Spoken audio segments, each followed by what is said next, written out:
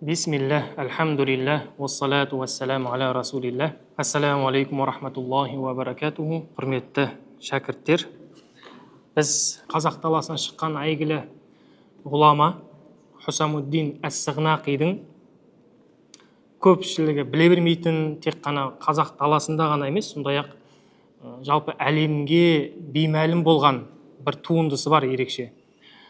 Жалпы Хусамуддин Сығнақи 714 жылы хижри жыл санағы бойынша қайтыс болған. Ол хижри жыл санағы бойынша 8-ші ғасырларда өмір сүрген. Милади жыл санағын өлшейтін болсақ, 1314 жылдарда қайтыс болған. Хусамуддин Сығнақи ақида, фиқ, усул фиқ, жалпы араб тілі грамматикасы секілді ғылым салаларын терең игерген үлкен, қазіргі тілмен айтатын болсақ, әлемдік деңгейдегі, халықаралық деңгейдегі үлкен ғұлама негізі. Жай бір ауылдық деңгейде, аудандық деңгейде емес, кәдімгі үлкен, сөзі өтімді, сөзі жүретін сондай ғұлама болып саналады. Оның біз қай жағынан байқаймыз деген кезде, оның кітаптарынан байқауға болады. Бірінші, оның осы тәстид, уафи, кафи, нихая секілді еңбектері бар.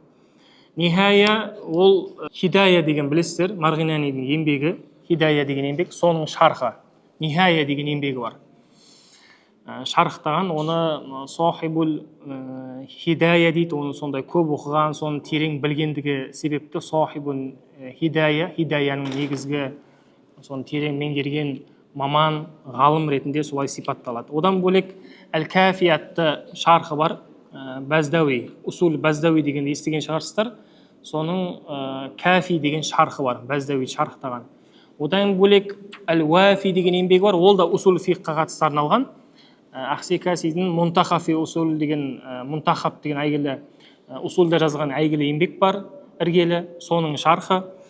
Одан бөлек тәстид деген еңбегі бар, оны да естіген шығарсыздар. Ол әйгілі мынау Абу Муин Насафидің Тәмхид деген үлкен еңбегі бар. Біз білетін Абу Муин Насафи Матурidi мектебінің үлкен ғалымы. Сол Тәмхид деген еңбегіне шарх жазған, тәстид деп. Оны біз енді 2021 жылы толыққанды қазақ тіліне аударған едік.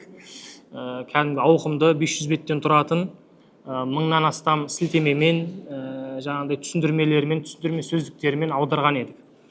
Одан бөлек Муфассал, яғни Муассал фи шарх Муфассал, Замахшаридің Муфассал деген әйгілі еңбегі бар, соны Муассал деп шарықтаған бұл кісі. Ан-Наджаху Тали Тилуал Марах деген әйгілі араб тілі морфологиясына арналған арнайы еңбегі бар.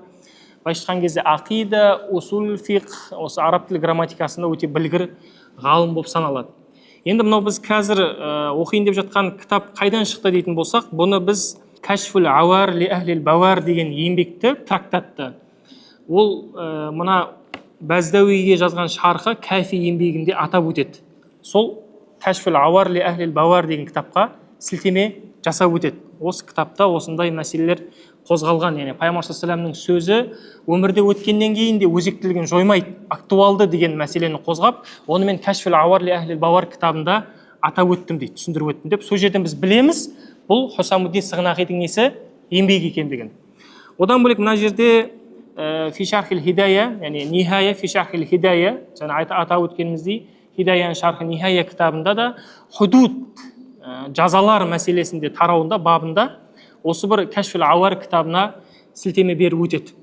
Осы бір екі кітаптан біз байқаймыз, бұл Кашфул Ауар еңбегі, трактаты Хусамуддин Сығнақиге тиесілі екендігін. Одан бөлек басқа да зерттеулерде аталып өтеді, бірақ негізгі қуатты біз осы ғалымның еңбегі ретінде атай алатын негізгі қайнар көз осы ғалымның өзінің жаңағы нихая және де кафи еңбектерінде атап өткендігімен біз қуаттап айта аламыз. Осы ғалымның еңбегі деп. Жалпы енді сипаттамасына келетін болса, өз негізі мынау трактат 14 беттен тұрады негізі, асылы, оригиналы. Мына кітапта біз енді оны тақиқ жасаған кезде бір 40 беттен астам болып созылды, себебі түсіндірмесімен жаздық. Бұл жалпы Қазақстанда ғана емес, жалпы мынау қолжазба нұсқасы жалпы әлемде әлі тақиқ жасалмаған, өңделмеген. Осыны енді Алланың қалауымен мына жақта енді құрметті профессор Шамшидин ұстазы білесіздер, ол кісі сол электрон нұсқасын тауып арнайы осы түпнұсқаны сол электрон нұсқамен жұмыс жасадық. Бірақ бір өкініштісі, бұл кітаптың бір ғана нұсқасы бар. Ал қолжазбамен жұмыс жасаған кезде бір нұсқа болса өте қиын болады. Оны салыстыру, кейбір басқа нұсқалар болса жер салыстырасың, қарайсың, кейбір сөздер түсініксіз сөздерді қарай аласың деген секілді. Ал бұлда бір қиыны бір-ақ нұсқамен ғана жұмыс жасадым. Сондықтан бұны кейбір сөз тіркестердің сөздерін осы мына тақиқ жасап, мынау кітап бетіне түсірген кезде қиындықтар туындады. Сонда қиындықтар бар. Мына кітапта тақиқ түп нұсқасы бар. Оны сурет ретінде бердік. Одан бөлек соның тақиқ жасалған өңделген нұсқасын араб тілінде біз кәдімгі біз жазып жүрген жаңағыдай кітап форматына түсірдік. Одан бөлек оны қазақ тіліне аудардық. Былайша айтқан кезде мынаның ішінде 3 түрлі үлгі формат бар. Түп нұсқа оригинал, оның тақиқ жасалған нұсқасы және де оның қазақша аудармасы. 3 нұсқасы бар. Енді Кашфул Ауар бұл енді жаңағы Иран, қазіргі Иран еліндегі Мешхет деген қала бар. Иран елінде сол жақтағы Фирдауси деген университет бар. Сол университетте сақталған негізі электрон нұсқасы. Енді басқа елдерде бұл нұсқалар табылуы мүмкін, бірақ әлі беймәлім, нақты айта алмаймыз. Кашфул Ауар ли ахлил бауар, құрдымға бастар қатерлерден құтқару деп енді қазақшалап кішкене қойдық. Бұл жер деген тура аудармасы кәшф деген бір нәрсені ашу, баяндау деген мағынаны білдіреді. Ауар деген кемшілік, нұқсан деген мағынаны білдіреді. Ли ахлил бауар осы құрдымға кеткен, қасіретке ұшыраған адамдардың кемшіліктерін бір осы сенімдегі, жалпы усульдағы, мына шариғаттағы қателерін ашып баяндау деген мағына ғой, толыққанды айтатын болсақ. Енді кітаптың мынау енді кіріспе жағындағы жаңағы біз арабшасында келтірдік, қазақшасында да бар. Бұны жаңа қысқа нұсқа сіздерге атап өттім. Бұл жерде еңбектері жазылған, қандай еңбектері бар екендігі. Сипаттамасына келетін болсақ, жаңа айттық, 14 беттен тұрады дедік. Әрбір беті 15 қатардан тұрады дедік. Жалпы қолжазбада ешқандай не жоқ. Бір кестелер, графикалар жоқ. Бәрі кәдімгі қарапайым қолмен жазылған. Сондықтан бір қатты ерекшелік жоқ. 15 қатардан тұрады әрбір беті. Мен енді ойлап отырмын, мынау біз 40-тан астам беттегер әрбір сөзіне тоқталып отыратын болсақ, онда сәресіне дейін отыруымыз мүмкін да. Бірақ негізі менің ойым солай болған. Толыққанды бастан аяқ негізгі мына болып жатқан дәрістер легінің ертеңде болатын, алдағы болатын дәрістер негізгі мақсаты сол бір кітапты бастан аяқ оқып бітіру еді ғой. Бірақ енді сіздермен бисмилля деп енді бастайық. Мүмкін әр абзацтан бір мазмұнын, нені мақсат еткендігін сіздерге түсіндіреміз. Бисмиллахир-рахманир-рахим ва бихи настаин. Енді кейбір алдарыңызда кітаптар болса қарап отырсаңыздар болады. Алхамдулиллахи аллази жа'ала самтад-дини махаджатан tahiratan ва адиллатаху вадихатан бахирatan бихайсу лам юрха аля машахидихи al-mashhudati sujufun ва лам я'тарид ли кавакибихи al-mas'udati kusuf walakin amla ta'ifatan li izdiyad al-asam ва ирадати тадa'uf al-intiqam. Енді басшаны айтып өтетін болсақ, барлық мақтау мадақ әрине Аллаға тән, ол Алланың жаңағы діні ашық, анық, таза, пәк жолмен ашылған, ешқандай бір кедергі жоқ. Ол жерде кедергі де енді бүркейтіндей еш нәрсе жоқ. Оның дәлелдері өзге бір дәлелдерден басым түсетін, айқын басымдылықпен түсетіндігін айтып жатыр. Және де оны ешқандай бір аспандағы бір жұлдыздарды ешқандай жұлдыздар болса діннің дәлелдері, оны ешқандай бүркемелейтін, оны бір андай зұлымдықпен бетіп қараңғылап жауып тастайтын еш нәрсе жоқ дейді, былайша айтқан кезде. Валакин амла таифатан ли издиядил асам ва ирадат тадауф интиқам. Бірақ әрине кейбір дін дұшпандары бар, әрине ол осы бір шариғаттың дәлелдерін нұқсан мансұқтап қабылдамайтын, теріске шығаратын топтар бар. Оларды Алла тағала неге бірден жазасын бермейді дейтін болсақ, онда мына жерде айтып жатыр Хусамуддин Сығнақи, әмлә деген әмхәлә, яғни уақыт берді оларға. Олардың күнәсі одан сайын арта беру үшін, яғни ол адам тура жолда болмаса, ол тура жолда болмауының өзі белгілі бір деңгейде жазаны келу шарт емес. Тура жолда болмай жүруінің өзі негізі ол да Құдай тағаланың жазасы да. Сондықтан да олардың күнәсін арта беру мақсатында жаңағы тоифаның, сол бір топтың, сондай-ақ жаңағы оларға кек алудың да тадауф, одан сайын кек алудың да несі үлгісі жаңағыдай күші қуаты арта беру мақсатында соны қалағандықтан осылай мүмкіндік беріп жатыр олардың жаңағы түрлі жалаларына, түрлі айыптауларына.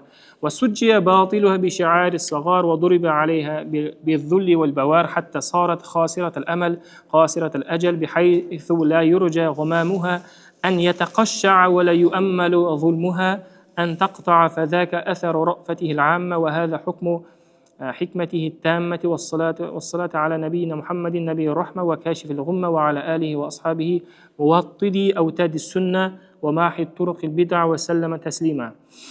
Енді жалпы олардың бүкіл жалғандықтары, бүкіл қорлықпен, бүкіл сондай төмендікпен, сондай құрдымға кетумен, қасіретке ұшыраумен байланыстырылады. Олардың жалғандықтары, жалпы сөздері, тіпті олардың жалпы кесіп айтып жатыр мына жерде қатты олардың жаңағы үміттерінде ешқандай үміт жоқ оларда. Олардай бүкіл жаңағы ғұмырларында үлкен бір дерт, кесел, бір кемшіліктер бар, оны ешбір жаңағындай нәрсе құтқара алмайды деген мағынада осылай кіріспені бастайды. Одан кейін пайғамбар саллаллаху алейхи ва саллямға салауат айтып, Алланың оған салауат пен сәлем болсын, рахым пайғамбары, ол сондай бір қараңғылықты кетіруші, жоюшы, оның отбасына, сахабаларға Алланың салауаты мен сәлем болсын, осы негізгі діннің негізін, сүннеттің діңгегін құрушы, қоюшы, бидғаттың жолдарын жоюшы деп осылай сипаттап жатыр. Одан кейін قد خرئت أفواههم بما لا يستجير المسلم أن تخطره بالبال فكيف تكلم بما نهي عن القيل والقال. Енді бұл топ, бұл жерде енді бір несі кітаптың басына аяғына дейін топ деп қана атап өтеді. Ол қандай топ, не топ, оны мен қарап та көрдім, шыны керек айтылмайды еш жерде. Қандай топ екендігі белгісіз. Оның ішінде біз білетін Муътазилада емес, Хариджиттерде емес, Каррамияларда емес, енді қай топты алып қарасаңызда да олардың пікірлерімен келмейді. Тарихта қарайтын болсаңыз, пікірлер, көзқарасы онымен келмейді. Енді қорытындылап келген кезде, мынау осы Мауараннахр өлкесі, осы біздің мына өлкелерде, мынау қазақ даласынан шыққан ғалым, осы бір өлкелердегі бір ерекшелік, белгілі бір көзқарасты айтып, бір топты айтқан кезде оның атын атап түстемейді. Пәленше осындай деп нақты айтпайды, тоифа дей салады, белгілі бір топ дей салады. Ол жерде себептері болуы мүмкін. Не себеп деген кезде, әрине фитна, бүлік туындамас үшін, сондай-ақ ол көзқарас белгілі бір уақыттардан кейін жоғалып жойылып кетуі де мүмкін деген секілді. Онда бір аса қатты бір үлкен топ болмауы да мүмкін, оны айтып, атын атап түсін түстеп, оны одан сайын ушықтырып жіберу мүмкін деген секілді. Осындай себептері болуы мүмкін. Сондықтан кітапта тек қана тоифа деп кетеді. Қад харият афуахум бима ла ястажирул муслим. Жалпы мұсылман адамның айтуы былай тұрсын, тіпті ойлауының өзі күнә болып саналатын нәрселерді бұлар тілмен айтады дейді. Мұсылман адам бұны айтуға даже былай тұрсын, ойлауының өзі қауіпті нәрселерді тілмен айтады дейді бұлар.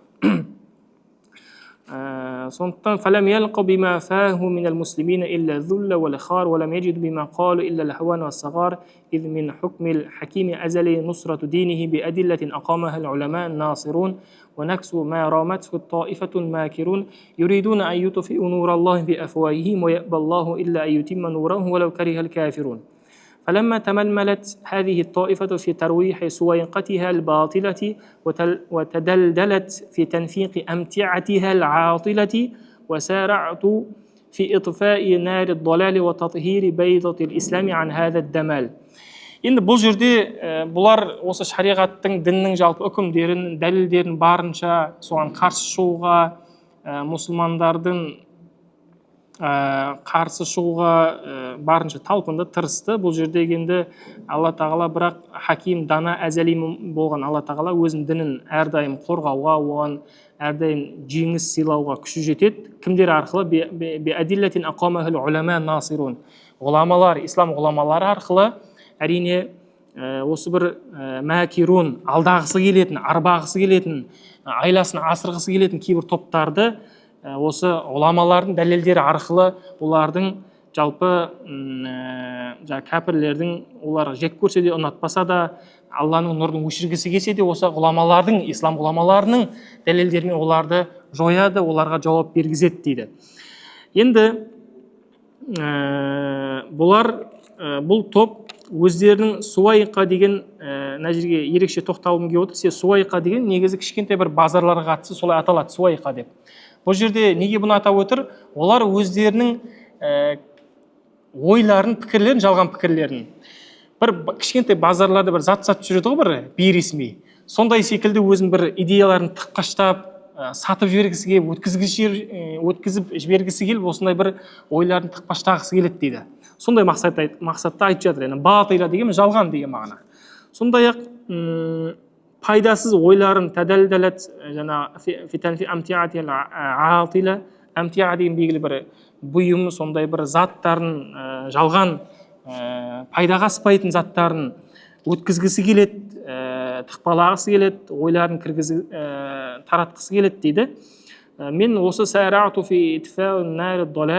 осы бір адасушылықтан болған оттан, тозақтан, жалғандықтан пайда болған осы отты исламның нұрымен, исламның тұтастығымен, байдатил исламмен оны тазартуды, жоюды, соған жауап беруді асықтым дейді. Сәрәту деп айтып жатыр.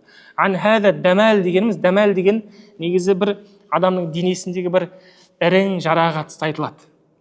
Бұны неге теңеп жатыр? Олардың пікірлерін бір денедегі ірің жара, жағымсыз нәрсемен сипаттап жатыр да. Соны мен емдеуге тырыстым дейді, асықтым дейді.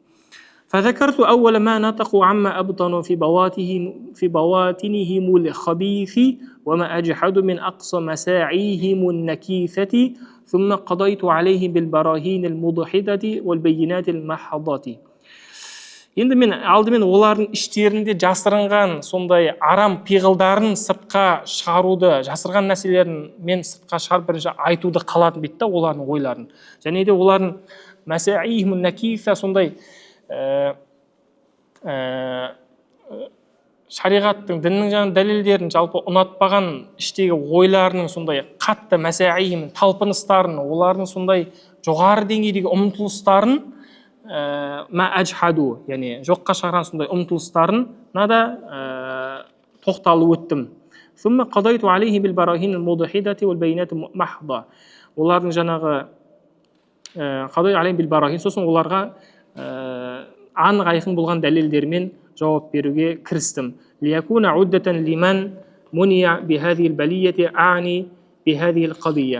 Бұл не үшін жауап беріп өттім? Себебі алдағы уақытта біреу осы нәрсемен кездесетін болса, осы бір сынаққа ұшырайтын болса, осындай бір сұрақ алдына келетін болса, соған үдде бір дайындық болу үшін дейді да. Басқа бір адам енді өмірде кездесуі мүмкін осындай сұрақтармен, соған дайын болу үшін.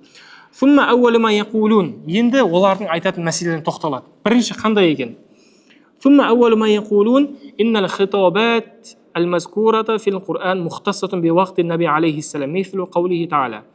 Бірінші олардың айтатын күмән күдіктері Құранда келген бұйрықтар пайғамбар саллаллаху алейхи вассаламның заманымен ғана шектеледі, мұхтассатун. Сол кезеңмен ғана байланысты дейді да. Мысалға, мислі қаулихи тағала, Құрандағы аятта не дейді? Астағфирулла, ақимуссала уа атуз зака. Намаз оқыңдар, зекет беріңдер. Ва қаулиху фаман шахида минкум шахра фальясум. Кім осы бір Рамазан айына көретін болса, фальясумху, оны ораза ұстасын дейді онда. Ва қаулиху атимул хаджа вал умрата лилла. Қажылықты және де Алла үшін осы қажылықты, умраны өтеңдер, толтырыңдар, тамамдарыңдар, кебеліне жеткізіңдер, орындаңдар деген мағынада осындай шариғаттың бұйрықтары тек қана пайғамбар заманында ғана өзекті, актуальны, одан кейін өзекті емес дейді.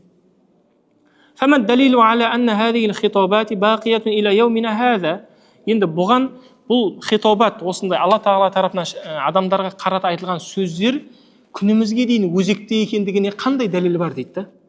والثاني أن الرجال مختصون بهذه الخطابات لورودها على صيغة الخطاب الرجال دون النساء. فما الدليل على أن خطاب الرجال يتناول خطاب النساء؟ Екінші уәждері.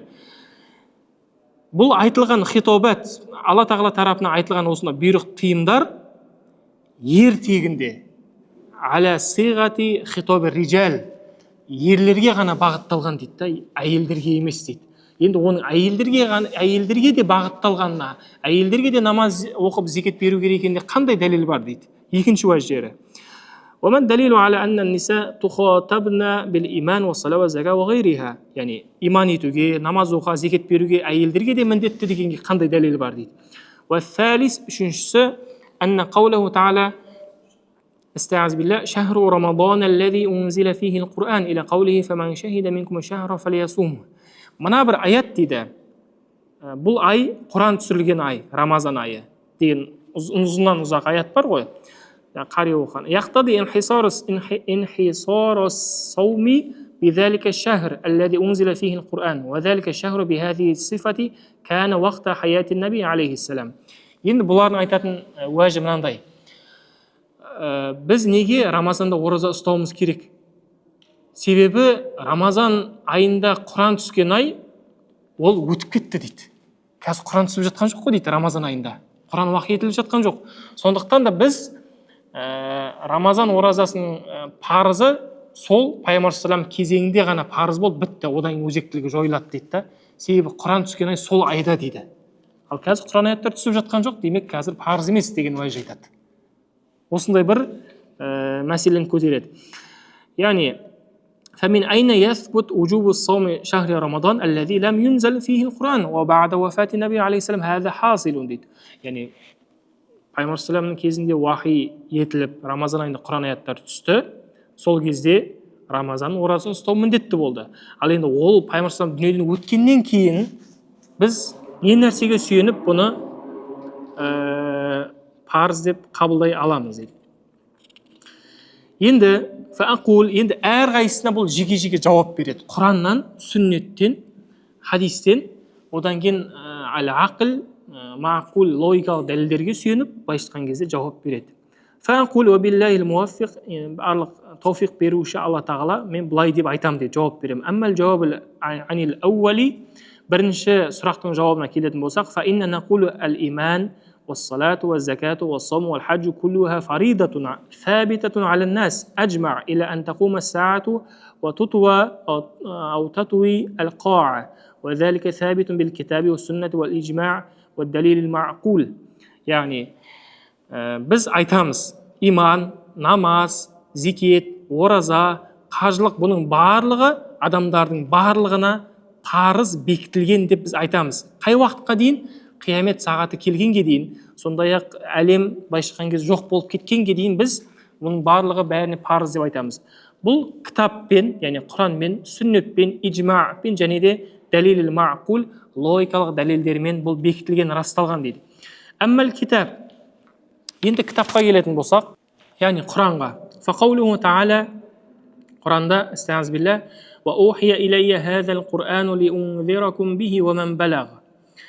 Бұл Құран маған уахи етілді. Лиунзиракум, сендерге не істеу үшін? Ескерту үшін. Кум, сендерге. Бихи, сонымен, уаман балағ.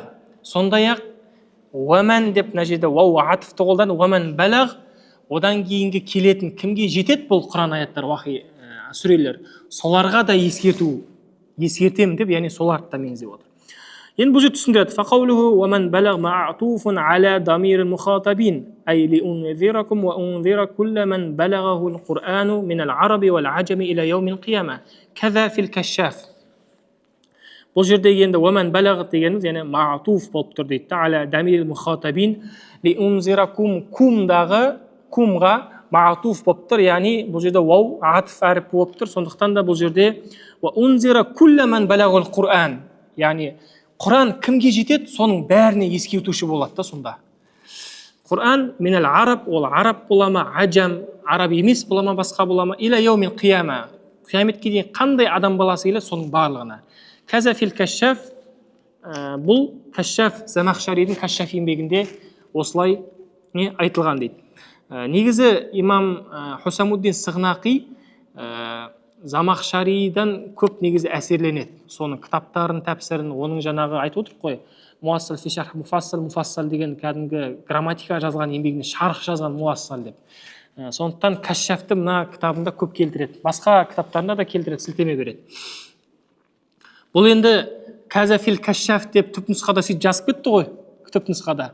Оны енді қай кашшафтың қай бетінде, қай томында оны қарау керек болады да. ал тақиқ мұхаққиқтың, тақиқ жасаушы адамның міндеті осы кезде басталады. Ол кәшшафтың қай бетінде? Мінекей астында тұр. Әл кәшшаф ли Әбіл Қасим әл-Замахшари, мужаллад сәни, екінші томда, сафха 331 бет деп осыны мұхаққиқ табады. Қай бетінде, қай томында? Соны астынан естіп кеттім мен, астынан белгі беріп кеттім. Бұл екінші томында айтылған 331 бетінде келтірген осы сөзді. Ли унзиракум ва ман балағ деген аяттың тәпсірін осы бетте атап өткен деп мен тәпсір кітаптан қарап, осы мына жеке сілтеме беріп өттім. Одан кейін астына Замахшари туралы қысқа нұсқа ол жайында атап өтуім керек. Ол кім? Қай жерде өмір сүрген? Қандай кітаптар бар деп мұхаққиқтың міндеті осы. Казафил кашшаф дейді мысалға, Хусамуддин Сығнақи. Ол ғалым үшін бәрі түсінікті да, ол біледі Замахшарин кім екенін, қай кітапта екенін ол біледі ғалым. Ал бізге беймәлім да. وكان فيه دلالة قاطعة على أن ما اشتمل القرآن من الأوامر والنواهي والوعد والوعيد وغيرها ثابتة. يعني бұл жерде Құран аяттарында қамтыған әуамир, бұйрықтар, тыйымдар, ваат, жәннатпен сүйіншілеу, уаид, тозақпен ескерту деген секілді мәселелердің барлығы кесімді түрде Құран аяттарында бар. Уағайриха, одан да бөлек мәселелер. Сәбитатун мутақаддирун фи хаққи ман балағал Құран. Яғни кімге Құран жетеді балаға, осының барлығында ол яғни оған бағытталған, соны орындау керек деген нәрсе. وإن لم يكن هو حاضرا وقت حين النبي عليه السلام. Яғни ол пайғамбар саллаллаху дәл жанында, хадир, дәл пайғамбардың жанында болу шарт емес, ол сол кезеңде өмір сүру шарт емес. Ол кейін өмірге келсе де, яғни бізге де ол бағытталған деген сөз. لما أن الإنذار هو البلاغ بما هو تخويف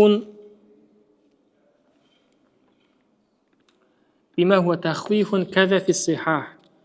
Яғни ол жерде болу шарт емес. Енді бұл жерде түсіндіреді. Инзар деген ол балағ, жеткізу мағынасынан, тахуиф деген ол казафи сихах дейді. Бұл сихах деген Жауһаридің еңбегі. Бұл жерде казафи сихах деп айтып кеткен Хусамуддин Сағнақи.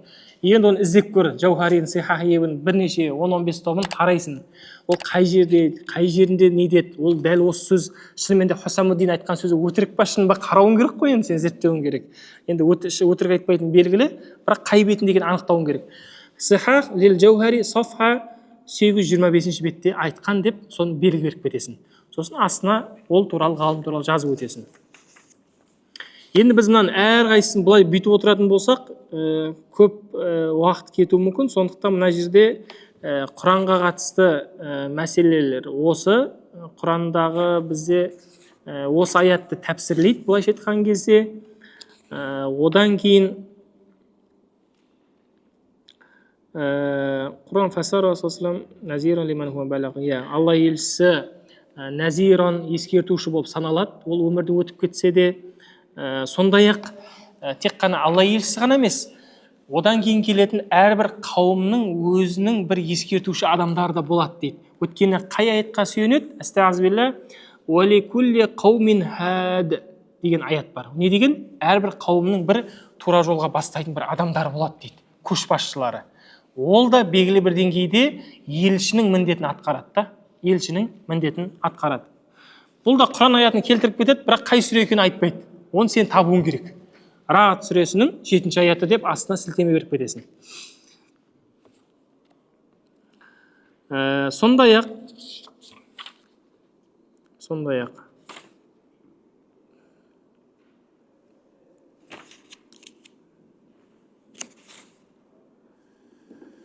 мына жерде уазукира фи шархи тауилат фи қаулихи тағала. Сондай-ақ тауилат деген білесіздер ғой, Абу Мансур Матуридидің тауилат деген тәпсір еңбегі бар. Сол кітапты да атап өтеді бұл кісі. Тауилат еңбегінде атап өтілген, осын түсіндіреді. وَمَنْ بَلَغْ كَأَنَّهُ قَالَ وَأُوحِيَ إِلَيَّ هَذَا الْقُرْآنِ لِأُنْذِرَكُمْ بِهِ وَأُنْذِرَ مَنْ بَلَغَ الْقُرْآنِ فَصَارَ رَسُولُ صلى الله عليه وسلم نذيرا به لمن بلغ وإن كان هو في أقصى الدنيا ويسير هو نذيرا أيضا. Yani ол қай заманда болмасын, қай жерде болмасын, қай уақытта болмасын, Алла елшісі өмірден өтіп кетсе де, назиран, ескертуші қалпында қала береді дейді. Бұны сол тауилат еңбегінде Абу Мансур Матуридиге сілтеме жасайды, сол кісінің кітабына. Ал ол кісі 5-ші томында 29-ші бетінде Абу Мансур Матуриди тауилат еңбегінде осылай атап өткендігін шынымен көз жеткіздім. Шынымен де солай Сығнақи қалай келтірді, дәл солай кітабында келтірген екен, бар екен сондай нәрсе. Сондай ақ мына жерде енді тағы бір аятты келтіреді. Уаллази ба'аса фил уммиина расулан минхум ятлу алейхим аятихи деген. Ва ахарина минхум ламма ялхақу бихим. Бұл жерде елшіні, пайғамбарды умми қауымға жіберді ғой, өзі де умми болып барды, және де оның жіберілген қауымы да умми, хат жазу танымайтын еді дейді. Сол жерге елші болып жіберілді. Не мақсатта? Юаллимул китабул хикма, Құранды және де хикма, даналықты немесе сүннет, хадисті, сүннетін түсіндіру мақсатында барды. Сосын мына жерде қайттан аятта уа ахарина деп қайттан атф келеді. Харф атф келеді. Уа ахарина минхум ламма ялхақу бихим. Сондай-ақ одан бөлек басқа да адамдар алда келетін адамдар деп бұл жерде келесі бір топты пайғамбар өмірде өтіп кеткеннен кейінгі адамдарды істейді, атап өтеді дейді. Бұл жердегі ахарина минхум ламма ялхақу бихим деп осы жерде пайғамбар өмірде өткеннен кейінгі адамдарды меңзеледі дейді. Қандай дәлелмен? Жаңа уау атфпен ахарина деген сол алдағы келген уаллази ба'аса фил уммиин деген сөзбен маатуф алейхи болады да, сонымен екеуі байланысып, жалпы тек қана сол бір қауымға ғана емес, сондай-ақ кейіннен келген басқа адамдарға да жіберілгендігіне осыны дәлел ретінде қолданады.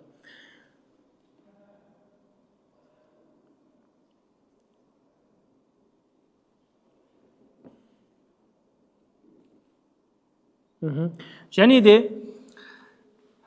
мына жерде маатуф алейхи, маатуф деген бар, бірінші маатуф алейхи, одан кейін маатуф, ортасында харф атф деген бар.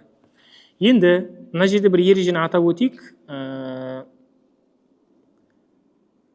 Ләмма сәбәт әл-мусауату бәйн әл-маатуф алейхи ва әл-маатуф фил хитоб ясбуту әл-мусауат фи хукм әл-хитоб дейді. Яғни біз маатуф алейхи, яғни бірінші жаңағы аяттың бірінші бөлігіндегі анау арабтарға, сол қауымға жіберілген деп айтып жатыр ғой, умми қауымға. Сол жердегі бүкіл айтылған үкімдер бар ғой, намаз, ораза, зекет, барлық парыз міндеттемелер.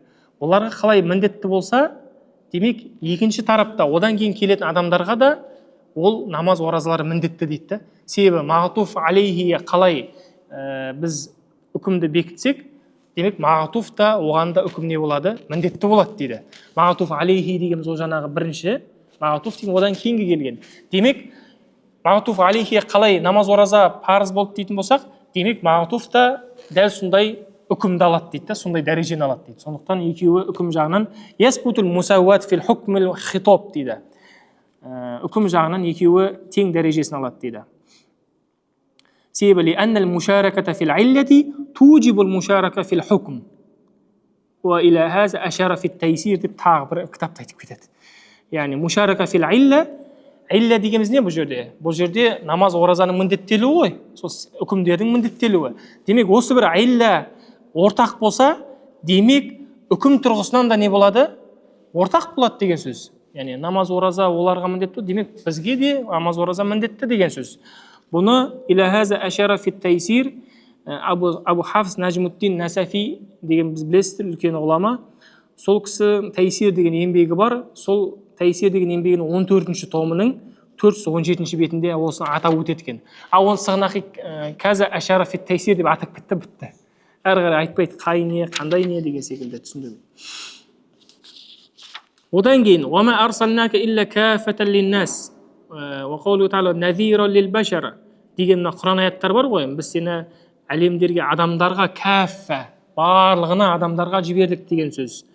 Одан назиран лил башар, бүкіл адамзатқа ескертуші қылып жібердік деген осындай сөздердің барлығы дерлік.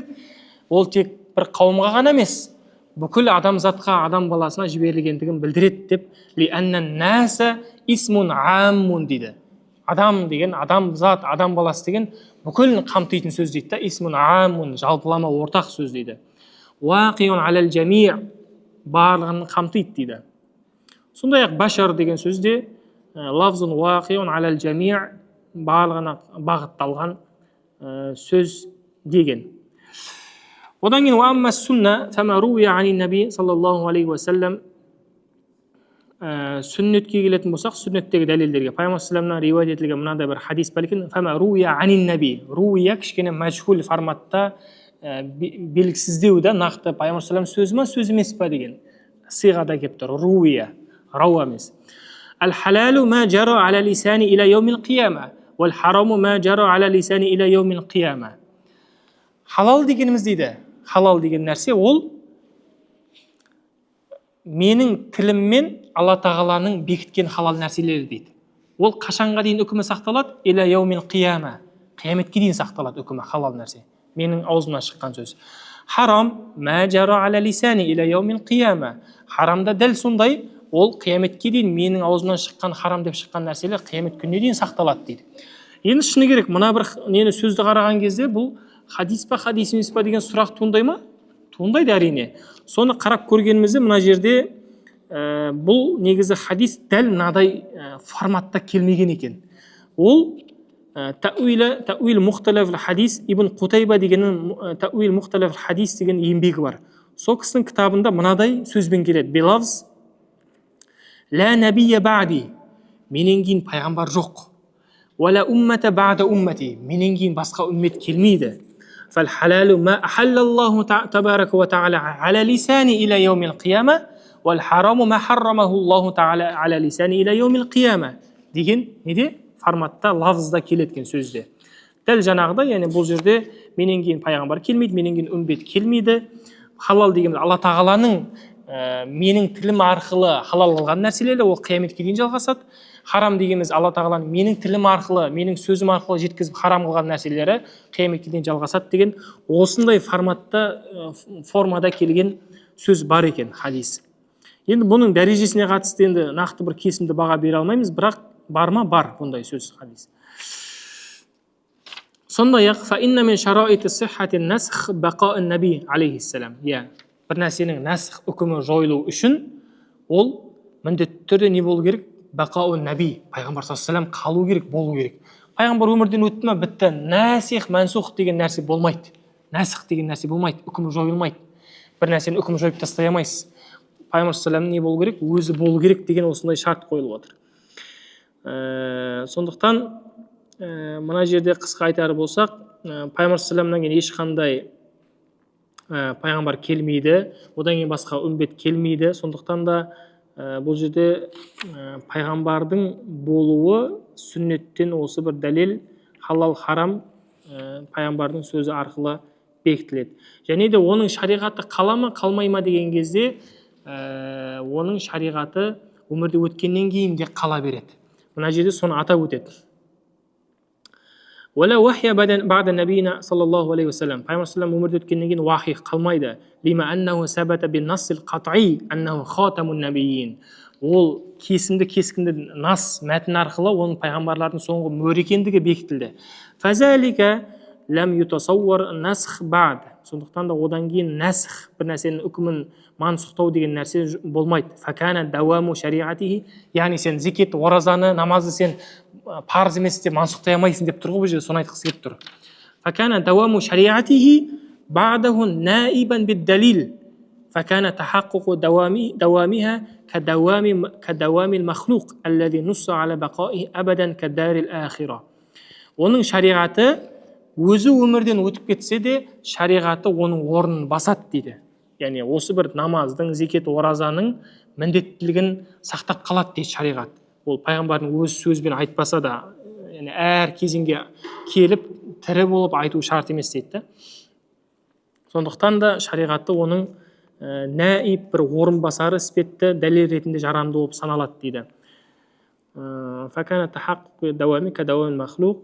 Бұл бейне бір не секілді дейді? Каддарил ахира, ақырет алаңы, ақырет секілді. Ақырет енді, ақыреттің өзі енді негізі махлуқ жаратылған ғой, бірақ мәңгі дейміз.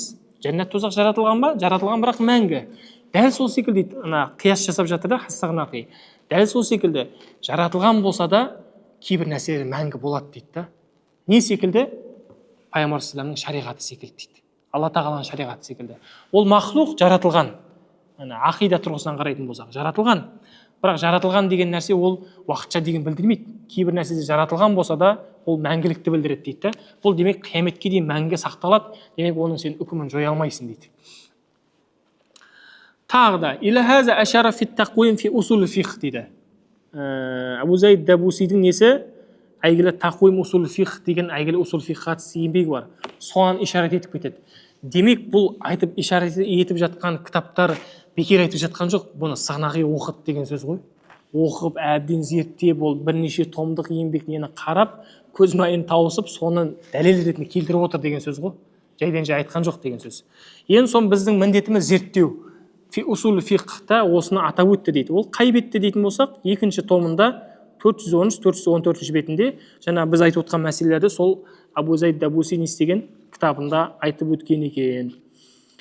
وأما الإجماع يعني إجماع келетін болсақ فإن المسلمين من الصحابة رضي الله عنهم расында إجماع бар әрине мұсылмандар тарапынан فإن المسلمين من الصحابة сахабаларға келетін болсақ оларға Алла разы болсын бір ауыздан бұл шариғаттың жалпы ешкім мансұқтай алмайтындығын, ораза намаздың міндеттілігін ешкім жоя алмайтындығын сахабалар бір ауыздан, одан кейінгі келген ғалымдар مجمعون ومتفقون على أن خطابات الله والرسول في حق الإيمان والصلاة والزكاة وغيرها من الشرائع التي قبض عليها الرسول صلى الله عليه وسلم باقية إلى يوم القيامة.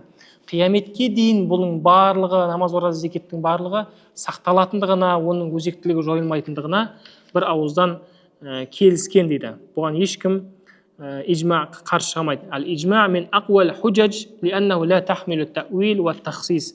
Ижма білесіздер, енді усулда да бар, ол ешқандай жорамалдауды қажет етпейді.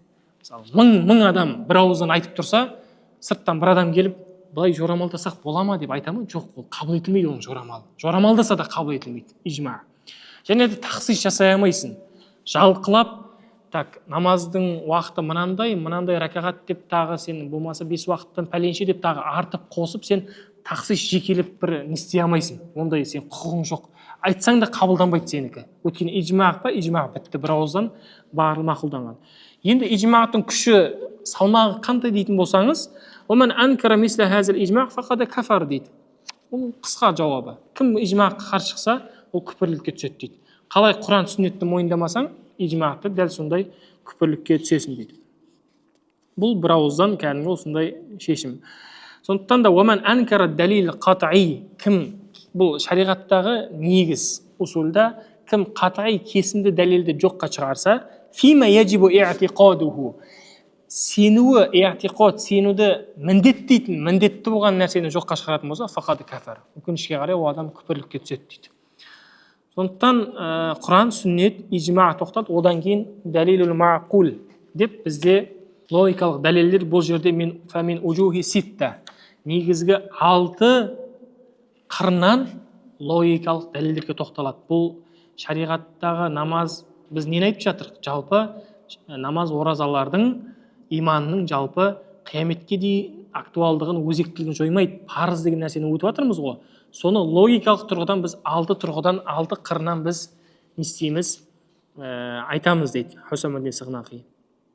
Біріншісі енді бұл жерде әлем, жалпы өмір, тіршілік, өлім деген нәрсе айюкум ахсану амала, сендер қайсыларың әксару көп емес, ахсан ең керемет, тиісті деңгейде, жоғары деңгейде амал жасайсыңдар, соны байқау үшін жақсылық пен жамандықты жаратып, жалпы адамды өлім мен өмірді жаратуда мақсаты қайсыларың жақсы амал жасайсыңдар деу үшін жаратты дейді. Сондай-ақ кімнің хабис, кімнің тойып, кімнің жақсы лас, таза емес, кімнің жақсы, ізгі, тақуа екендігін екеуін ажырату тәмиз мақсатында жаратты дейді. Сондай-ақ уәлия'ламаллаху аллазина аману минкум, сендердің арасында кім аману, иман етті, сол нәрсені де анықтау үшін де жаратты дейді. Сондықтан да бұл кімнің иман, кімнің күпірлік, кімнің иманда, кімнің күпірлікте екендігін анықтау мәселесі тек пайғамбар заманымен ғана шектеле ма? Жоқ, ол пайғамбар өмірден өтіп кетсе де, ол кезеңнен кейін де қазіргі күнімізде де актуалды. Кімнің жаман екендігін, кімнің жақсы екендігін, кімнің жаңағыдай керемет жоғары деңгейде амал жасап жатқанды анықтау, ол қазірде де актуальны. Сондықтан да біз не айтамыз? бұл қазіргі кезеңде де актуалды. Демек бұл намаз, ораза, басқа да рухани шариғаттың талап ететін бір кемелдену талаптары да қазіргі кезеңде де ол өзекті деп айтамыз дейді.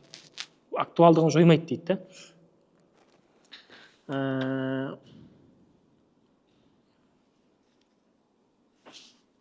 فإن الناس كلهم مبتلون بهذه الخطابات. Енді адамдардың барлығы дерлік осы бір хитобат, намаз оқыңдар, ораза ұстаңдар, зекет беріңдер деген бұйрық бар, бірақ бәрі орындап жатыр ма? Орындап жатқан жоқ. Демек барлығы осы нәрсемен не істеп жатыр? Мубталун, сыналып жатыр дейді.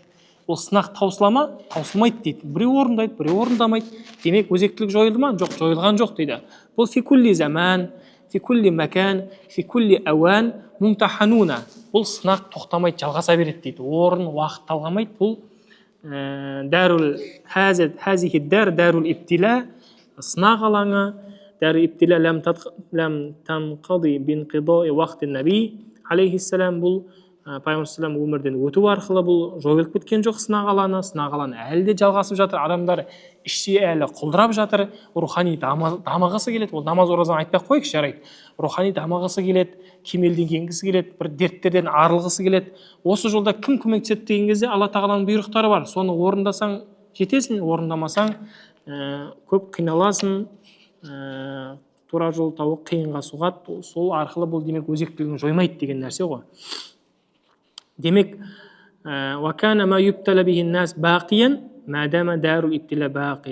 демек адамдар сыналатын нәрсе қашан бола берсе, демек дәрул иптила бақия, ол тоқтамай жалғаса береді дейді.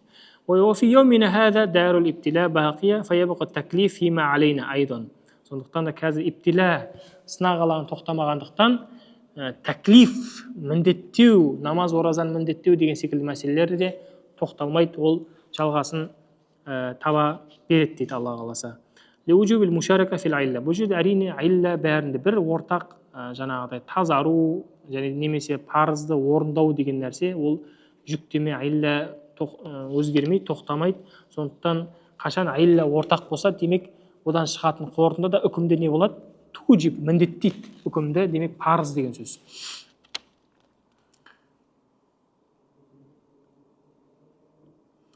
Одан кейін әс-сани мин хайсул асбаб вал илал.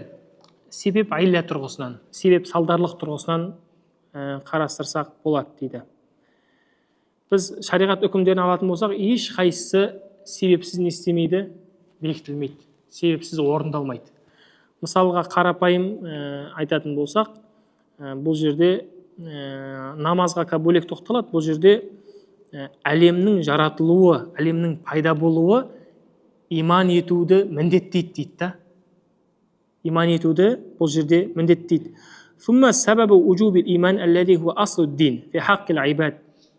Енді иманды міндеттеудегі не себеп деген кезде, оның артындағы себебі не деген кезде,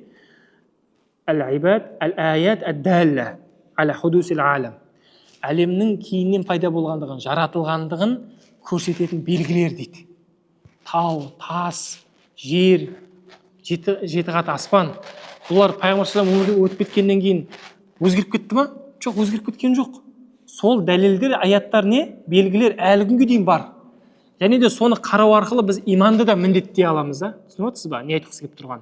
Яғни Құран аяттары келмей ақ қойсын, жаңағыдай бір аяттар келмесе де, сен жаратушының бар екендігін, осындай әлемнің жаратылғандығына назар салу арқылы сен иманға келу міндеттісің дейді да, Құдайды табу деген мәселе. Ал бұл пайғамбар өмірде өтіп кеткеннен кейін де бұл белгілер қала береді. Демек, тәклифте не қала береді? Иман міндеттеле береді дейді. Осындай бір себепті айтады. Себеп салдарлық деп осыны айтып жатыр. Сондай-ақ намаздың уақытына келетін болсақ, уақыт. Намазды міндеттейтін не нәрсе? Дәрет па? Уақыт. Уақыттың кіруі намазды міндеттейді. Бірақ әхлиятул уджуб, әхлиятул ада деген нәрсе бар, усулда. Ол кіре салып бірден қазір мысалға құптаны біз қазір оқып тастадық қой, уже міндеттен құтылдық. Ешкім өмірде өтпей ақ қойсын, өтіп кетсең өрсе құптан мойында түсіп кетеді. Бірақ құптан намазын сен анау соңына дейін оқымай күте берсең де болады. Саған ең соңғы уджуб міндеттеледі қашан? Ада, анау ең соңғы шығар уақыт бар ғой, оқи алатындай уақыт. Сол кезге келгенге дейін саған оқуға мүмкіндік бар. Сондықтан да бұл уақыттың кіруімен демек намаз міндеттеледі. Ал дәреттің болуымен не істей алмайды? Намаз міндетті болмайды. Ол неге кіреді? Шартқа кіреді. Сондықтан да бізде сәбәп деген бар, айла, және де сәбәп пен айланың да айырмашылығы бар. Одан бөлек бізде шарттың да айырмашылығы бар. Шарт дегеніміз ол шарттың орындалу арқылы ол нәрсе намазды міндеттей алмайды. Дәрет алдың, бітті, намаз оқу деген шарт емес. Оқымай жүре берсең де болады. Уақыты кіреді, сол кезде міндеттеледі. Оны да мына жерде атап өтеді Сығанақи. Екеуінің ара жігін ажыратады. Себеп деген мәселеге қатысты осындай,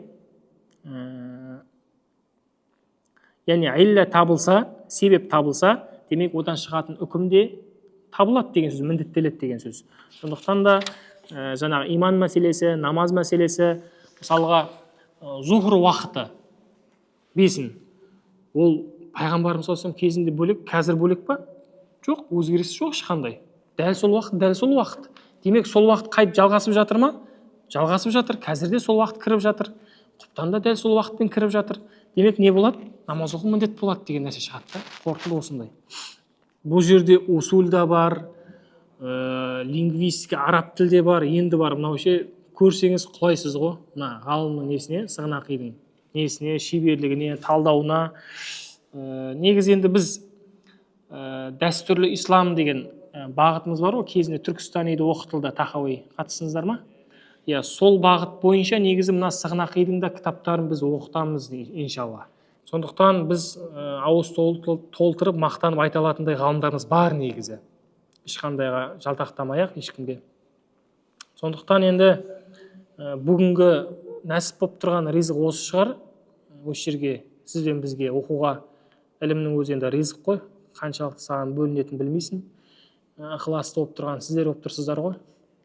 Университеттің сабағында қатырып, қосымшаға да қатысып, тарауых 20 ракағатта оқып, дұғасын тілеп, сосын оның үстіне тағы да қосымшаға кеп, сондықтан Алла разы болсын. Бұйырса болашақта тағы жалғастырамыз. Алла разы болсын. Субханакаллахумма ва бихамдик, нашһаду ан ла илаха илля анта, настағфирука ва натубу илейк.